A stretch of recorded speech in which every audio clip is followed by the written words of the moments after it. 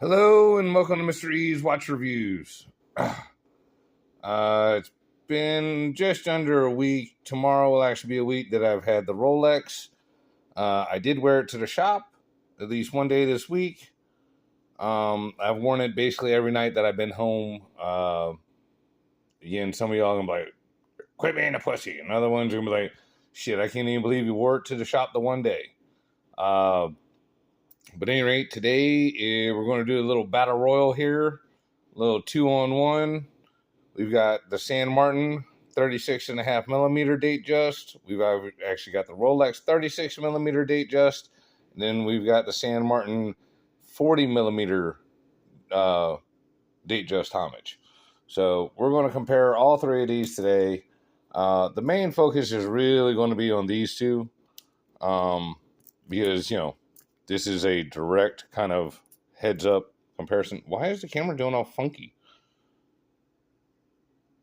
Okay, if this comes out weird in the recording, I'm sorry, you guys. It's just I happen to notice the camera is kind of like skipping and glitching or some shit for some reason. I don't know why. But basically, how close did San Martin get?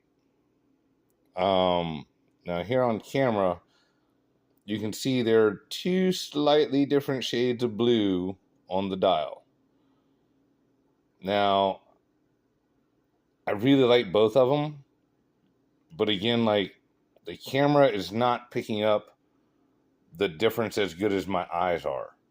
This one is much brighter, which I actually kind of like. This one has a nice dark kind of color to it, and when you lay them back like this or catch it at an angle, it's almost like a purplish color. The only other really big major thing that pops off to me about the way these things look is the difference between the stainless steel bezel and the 18 karat bezel. Now, again, me just being honest, going off of memory, before I had this in front of me at all times, this looks close enough. Like, until I owned this one, and like I said, you can just kind of see how the light's hitting it, what I'm talking about. But working off of just pure memory, when I got this one, every time I had worn this one, the bezel always looks close enough to me. You know what I'm saying? Like, it even now, it doesn't really bother me because I know they're two different metals. But like, if we're talking about how close did this homage get, it's fucking ridiculously close, you guys. I mean, it's super duper duper duper close. Now let me go ahead and hit both of these with the micrometer real fast for y'all. But basically, the water resistance rating is similar. I have to double check, but I want to say the Datejust has only got like 200 meters. This has got about like 200 meters is what they're claiming. If not, both of them at least have the 100 meters. Again, I know that sounds kind of retarded, but I didn't plan on diving with either one of these. If I'm going to go diving, I'm going to take one of my fucking dive watches. But, so 11.5 on the real Rolex and 12.6 at the Cyclops. See, across the case, it's actually measuring at 35.5. And I know we just did all this the other day on the unboxing, but we're doing a comparison now. Damn it. Sorry, it's hard to get it right on the little wingtip there. 43.1 lug to lug, and at the bracelet is 44.5. Hang on a second, I'll just measure the bracelet real fast because this has got a decent taper to it. This should be right close to 20. Yep, 19.6. Tapers down to 15.2. And then back up to 17.5 with the clasp. All right. The San Martin comes in right at 36. Now, see, they say this is 36.5, but I'm measuring right at 36. Let's see, the lug to lug, 42.7. So very similar there. And and 43.6 at the bracelet. So this is actually just a little bit shorter than the actual Rolex. Let's see, thickness on this. Without the Cyclops, we're measuring at 11.7. And with the Cyclops, we're measuring at 12.7. So again, extremely, extremely close. I mean, and it's crazy too, because when you look at these, like, you can see the one's got a fatter case back on it. So the fact that they come out equal in the end is pretty insane. I think part of that has to do with the sapphire on the Rolex sits up above the bezel just a little bit higher than the San Martin does. Let's see, let's go ahead and measure the clasp and the bracelet and all that. But again, I'm pretty sure it's going to be relatively close. Yeah, we got a 19.6 down to a 15.8, which, if I remember correctly, that's actually thinner, or it's about the same. 15, so very, very close. Very close there. And 18.0 at the clasp. Now, a couple things I do want to say, especially about this clasp. I like the San Martin clasp better. It's got the double pushers. It locks on. You know, I feel like I at least have a backup in case one of these were to pop loose. You know what I'm saying? Like, you know what I mean? Like, one of them's going to stay locked. Both of these bracelets have only got micro adjust. Neither one of them has an on the fly adjustment. So they're kind of equal in that respect. Now, one thing I will say, San Martin has come out with a Jubilee bracelet with an on-the-fly adjustment. They have it on the Sn058. I would imagine it's only a matter of time before it goes on this one and say this one. And again, these are the Sn058gx and G. The X is the one for, or what you got to put in to get the smaller one. But I mean, all these feel about the same on the wrist. I know you, I'm sure probably a lot of y'all are like, no, the Rolex has to be better. No, I don't. And look, I'm the one that spent the fucking $9,000 on it. So look, I'm just telling y'all the motherfucking truth here. Now, they both fit about the same on the wrist. They both feel about the same on the wrist. Now, the biggest differences between the two that isn't aesthetics is the movement and the price. Well, let's go ahead and get down to the brass tacks of what kind of action we got going on here. Now, this watch, I believe I picked it up for $265. It might have been $275, but I've worn this watch to the shop and done all kinds of crazy shit with it. So, let's see what's up. Like this watch has seen action.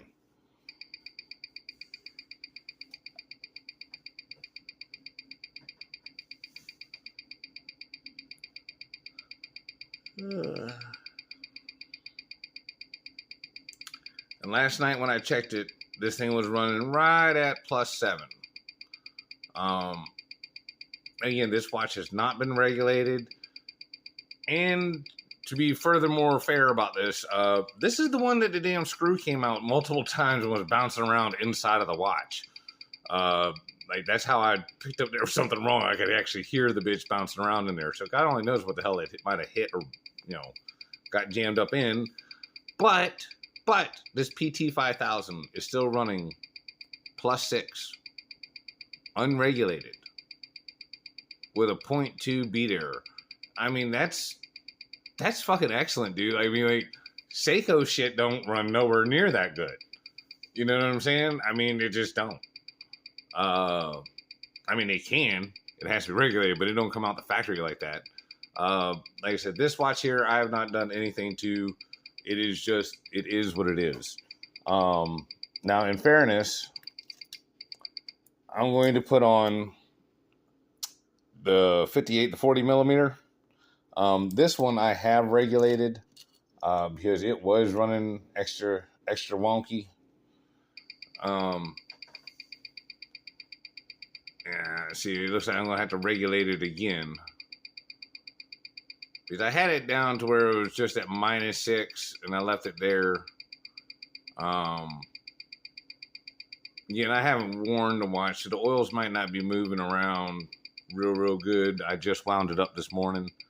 Matter of fact, we're gonna let it run for just a few seconds because it was running right around -6, -7 when I checked it right before I started this video. Come on, watch.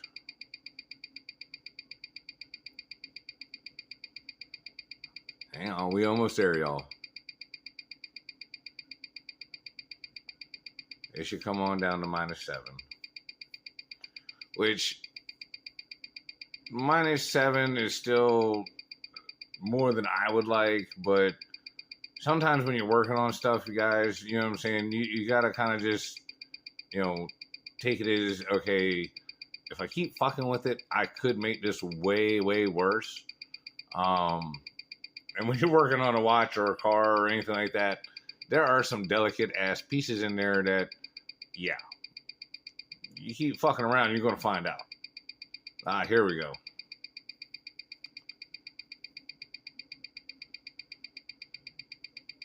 All right, so this one's running -7, -8 with no beat error whatsoever.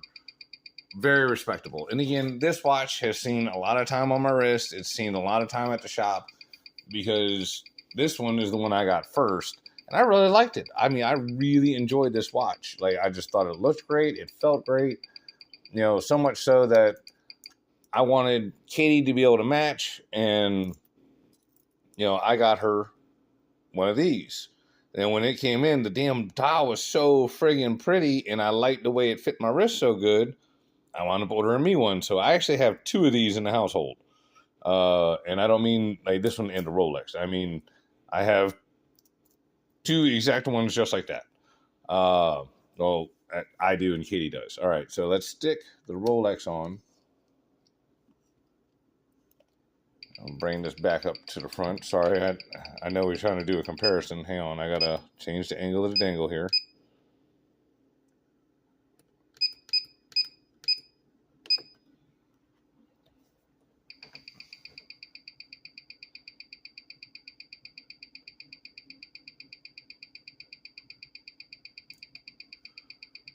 And for the most part, what I've seen with the Rolex is that it's running right in the spec that it's supposed to run in, +2 to -2. A lot of times it's reading 0. Most of the time the beat error is dead 0. Every once in a while it does do the 0.1 thing. Again, I'm pretty sure the watch is pretty fully wound, but it may not be. Essentially what they instructed me to do at the Rolex dealer. Ooh, what the fuck? -4. I guess it ain't gonna hold it all the time, but they're saying ±2 throughout the whole day. But yeah, it just they instructed a wind of 20 to 30 winds on the watch if it was dead stopped.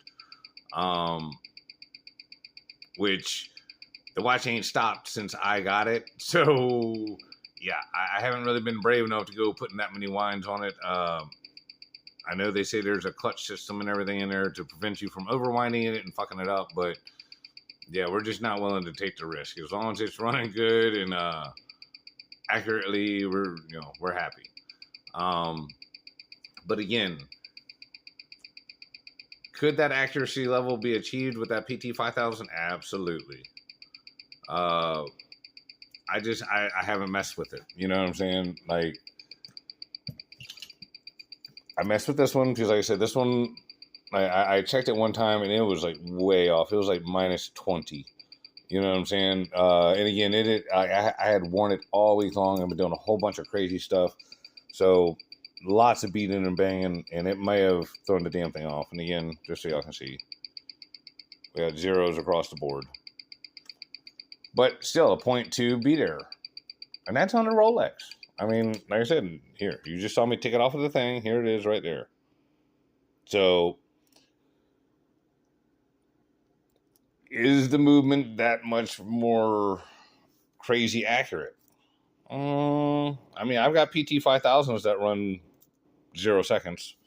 Matter of fact, most of my whoop ass watches that I sent out and sold to people, just about all of them ran under 3 seconds. Matter of fact, if you don't believe me, go over to my buddy Duncan, the Time Bombardier's channel. He just did a comparison between the Chronos PT 5000 Submariner and the Chronos NH35A Submariner, and he put them on his little cheap time grapher. And the only other watch he has with the PT 5000 is his whoop ass racing watch, which he compared that to.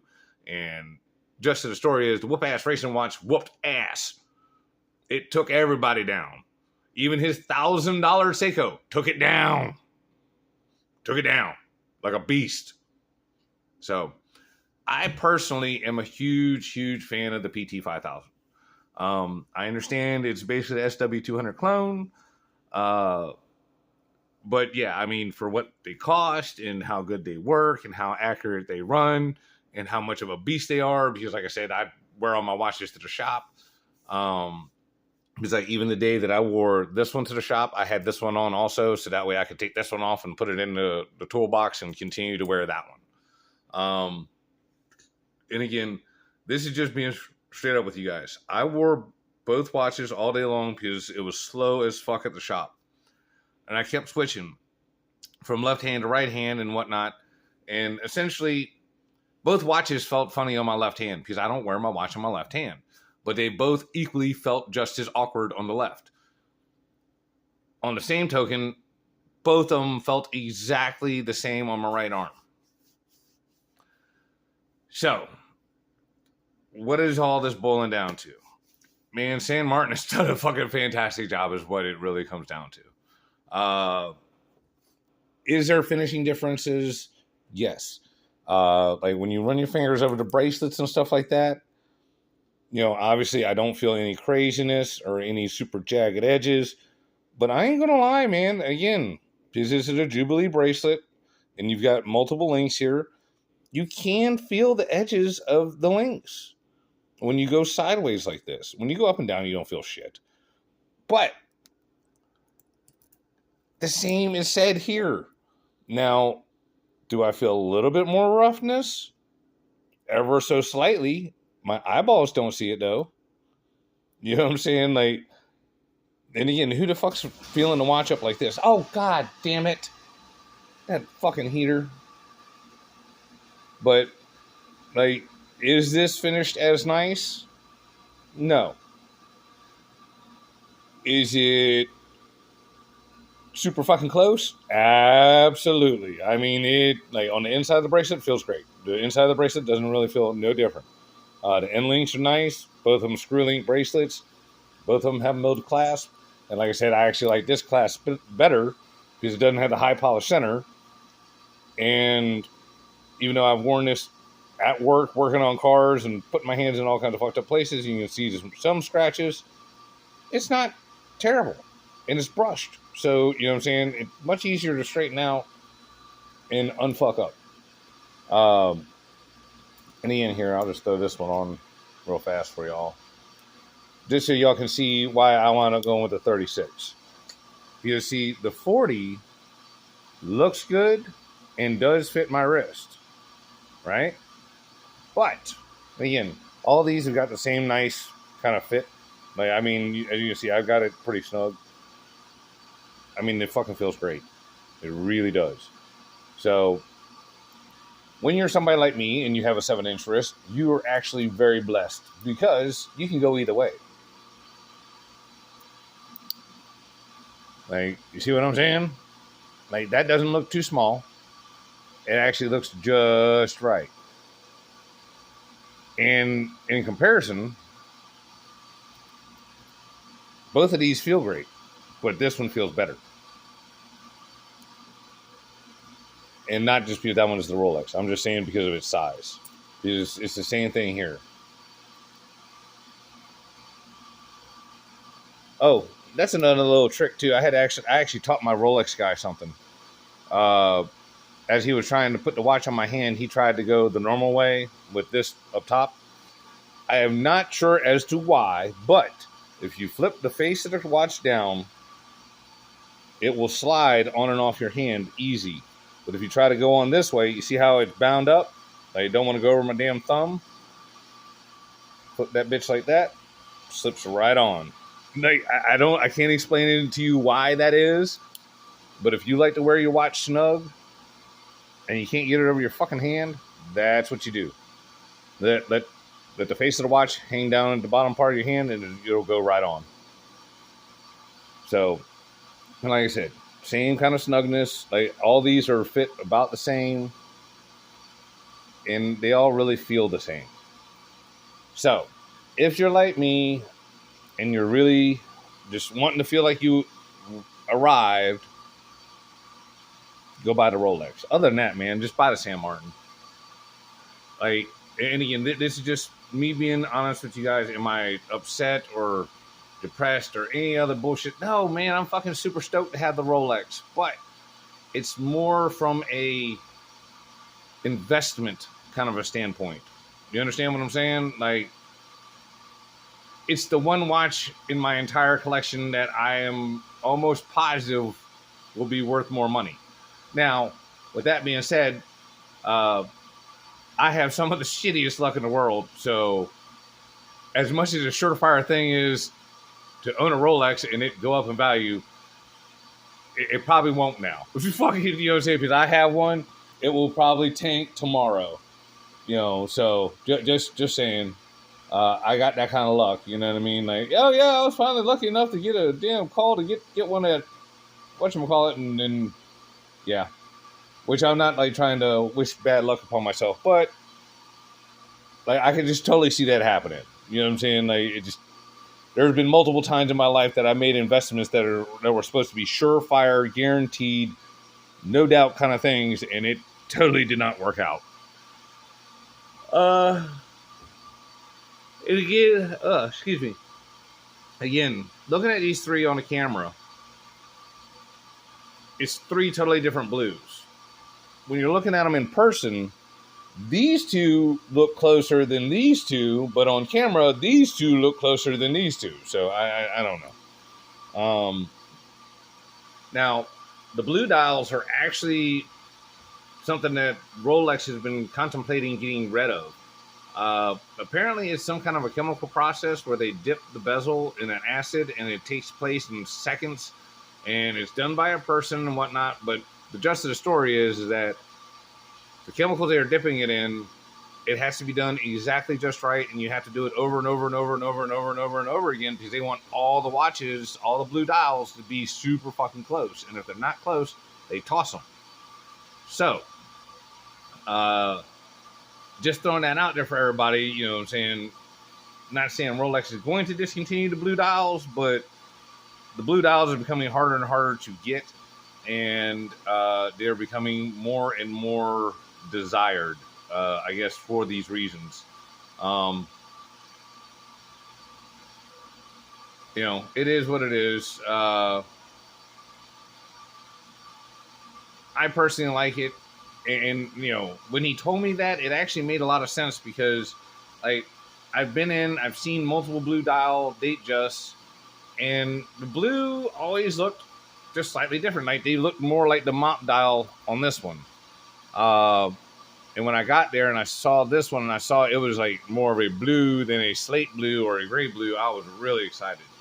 But yeah, apparently no two blue dials are 100% exactly alike. They might look very similar, but yeah, they're all done by hand and they're dipped in some kind of chemical, which chemically changes it, and it does it within like 2 seconds. In like 2.2 seconds, it will come out a different color. In 1.9 seconds, it'll come out a slightly different color, and like darker or not blue or whatever. Again, if my man Michael ever sees this, I'm sorry, dude. I try to remember what all colors you told me and everything like that, but I forget. At any rate, thank y'all for watching. Check out this video, and for checking out this video.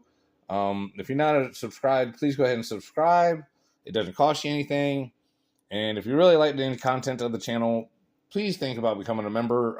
It really helps us out, helps us get more watches. Not being funny, but I had a deal with Devosa and whatnot, and I think that might have fallen through just because I had asked for a Jubilee bracelet, Pepsi. They gave me an excellent deal on it. I was getting ready to get it, and then I got the call for that one. And that has just straight fucked my budget up. So even that one on the Jubilee at the super banging deal, I'm not going to be able to do it right now. I really wanted to, but when I called back and I tried to get them to give me the Pepsi on the Oyster bracelet, the discount dropped immensely from almost half to only 15%, and the 15% basically ain't helping with a shit.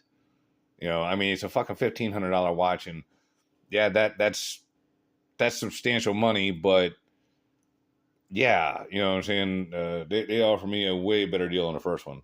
The next comparison I will be doing will be the MMI Norlight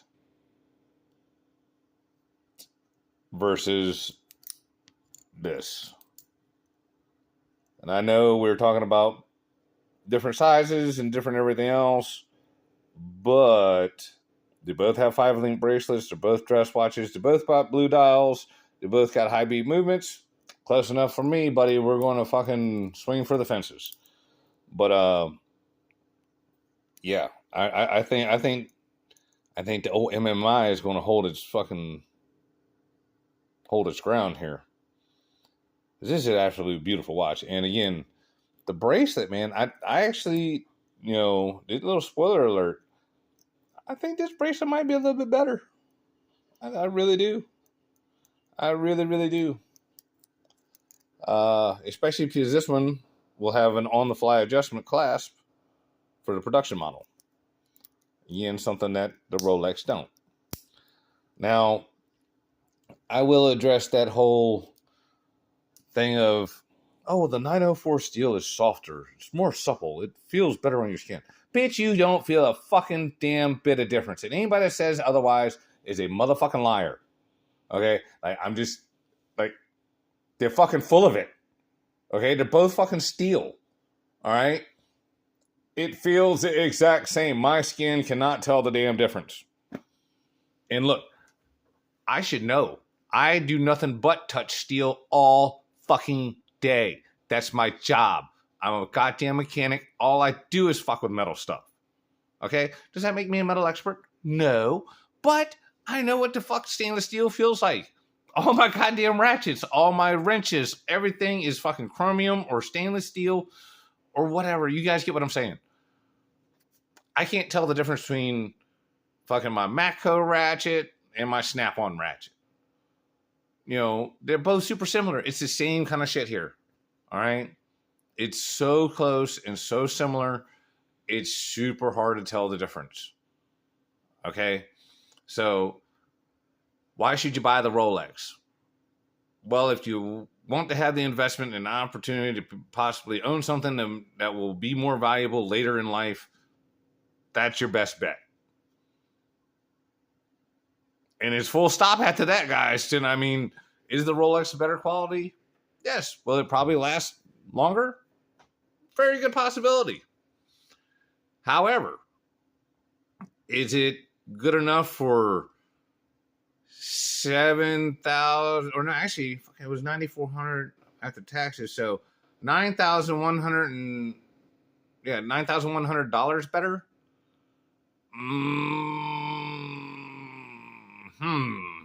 Yeah. Yeah.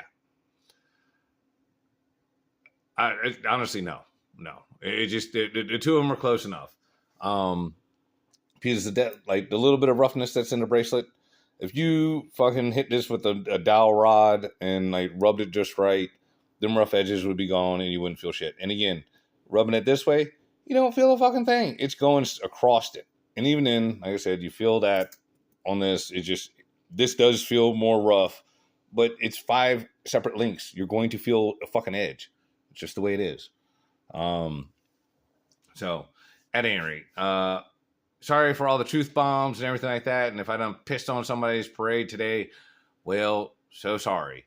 Maybe I helped out some of y'all that were just, I really don't want a homage. Well, I mean, honestly, dude, and the homage is what helps me get to here. Because, like I said, I got this one. And I was like, yeah, I want a 40 mil Datejust. Then I got this one. Then I was like, no, actually, I really want a 36. And I like this one so much that it helped me when it came time to jump onto this. Didn't really hesitate. You know, the only hesitation I had was whether they had financing or not. And even then, I was going to make it happen one way or the other. But, you know, is the Rolex a better watch overall? Yes. It is very finely made. It is very luxurious. But with that being said, like, how much are they really like ramming it to our ass on these Rolexes? I mean, the 32-35 movement is a very nice movement. However, I know super clones that are rocking basically an exact copy. So I don't know. Like, Rolex needs to either really step up their supply or something like that. I gotta go. My shit's about to die.